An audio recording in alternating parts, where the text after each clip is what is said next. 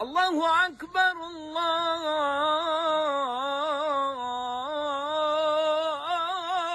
Akbar.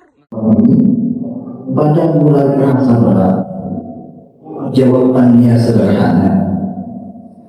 Di awal Ramadan kita bergerak dengan semangat, euforia, tetapi memasuki pertengahan hingga akhir Ramadan kita hanya bergerak dengan iman dan istiqomah.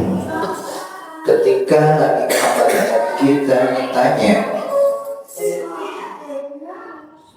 "Ya Rasulullah, amal apakah yang paling baik di sisi Allah?" Beliau menjawab, "Adwamuha wa in qalla." Amal yang rutin, kontinu, meskipun sedikit, itulah makna istiqomah. Apalagi malam ini kita ditemani dengan air hujan.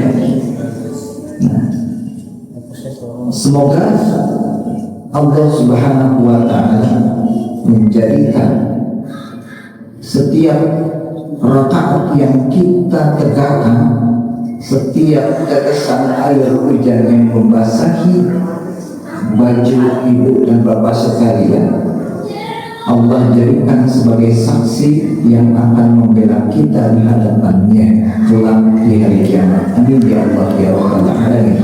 Dua doa yang tidak akan tertolak. Satu, doa setelah azan. Dua, doa ketika turun air hujan. Jamaah yang dimuliakan,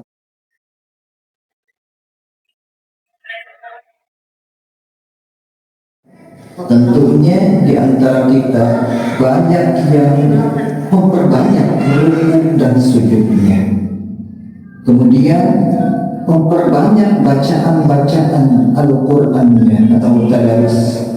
Banyak yang beriktikaf, tetapi janganlah kita lalai pada satu rukun Islam yang akan menyempurnakan nilai kesucian puasa kita, yaitu zakat. Di antara kita di dalam hatinya, setahun penuh aku bekerja, setahun penuh aku mencari uang, tetapi kok kenapa bisa-bisanya aku berikan uang ini untuk orang lain, untuk fakir miskin, seolah-olah zakat yang dia keluarkan itu bisa menghabiskan hartanya. Sesuai dengan tema kultum malam ini adalah zakat tidak menghabiskan tetapi membersihkan. Hadirin yang dirahmati Allah, ada beberapa alasan. Yang pertama, dalam ilmu medis ada istilah cuci darah, mensehatkan tubuh kita. Zakat pun demikian. Allah Subhanahu wa Ta'ala berfirman di dalam surah At-Taubah ayat 103, "A'udzu billahi minasyaitonir rajim, khudh min amwalihim shadaqah tutahhiruhum wa tuzakkihim biha." Allah Subhanahu wa Ta'ala berfirman, "Wahai Muhammad, ambillah zakat dari mereka guna membersihkan dan mensucikan mereka." Zakat atau harta yang tidak dizakati itu ibarat air yang mengalir tapi tersumbat oleh sampah. Maka zakat itu sebetulnya membuang sampah yang bukan milik kita. Air yang tersumbat sampah tentunya akan menjadikan air itu busuk dan bisa menyebabkan penyakit. Zakat itu membuang sampah dan kotoran-kotoran sehingga harta yang tersisa itu selamat, aman, tenang bagi keluarga kita. Alasan yang kedua, dalam matematika manusia Kalau kita punya uang 100.000, kemudian kita zakatkan 2,5%-nya, yaitu 2.500, maka yang tersisa adalah 97.500.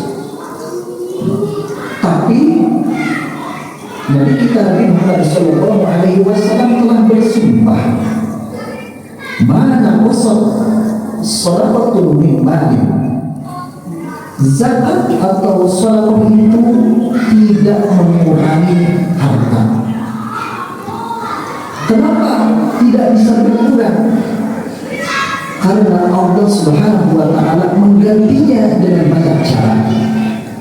Bisa jadi Allah menggantinya dengan kesehatan yang mahal harganya, atau Allah jadikan anak-anak kita soleh-solehah, atau Allah menjauhkan diri kita atau keluarga kita daripada musibah yang kalau kita terkena dampak musibah itu, biaya perawatan dan perbaikannya jauh lebih mahal daripada nilai zakat yang kita keluarkan.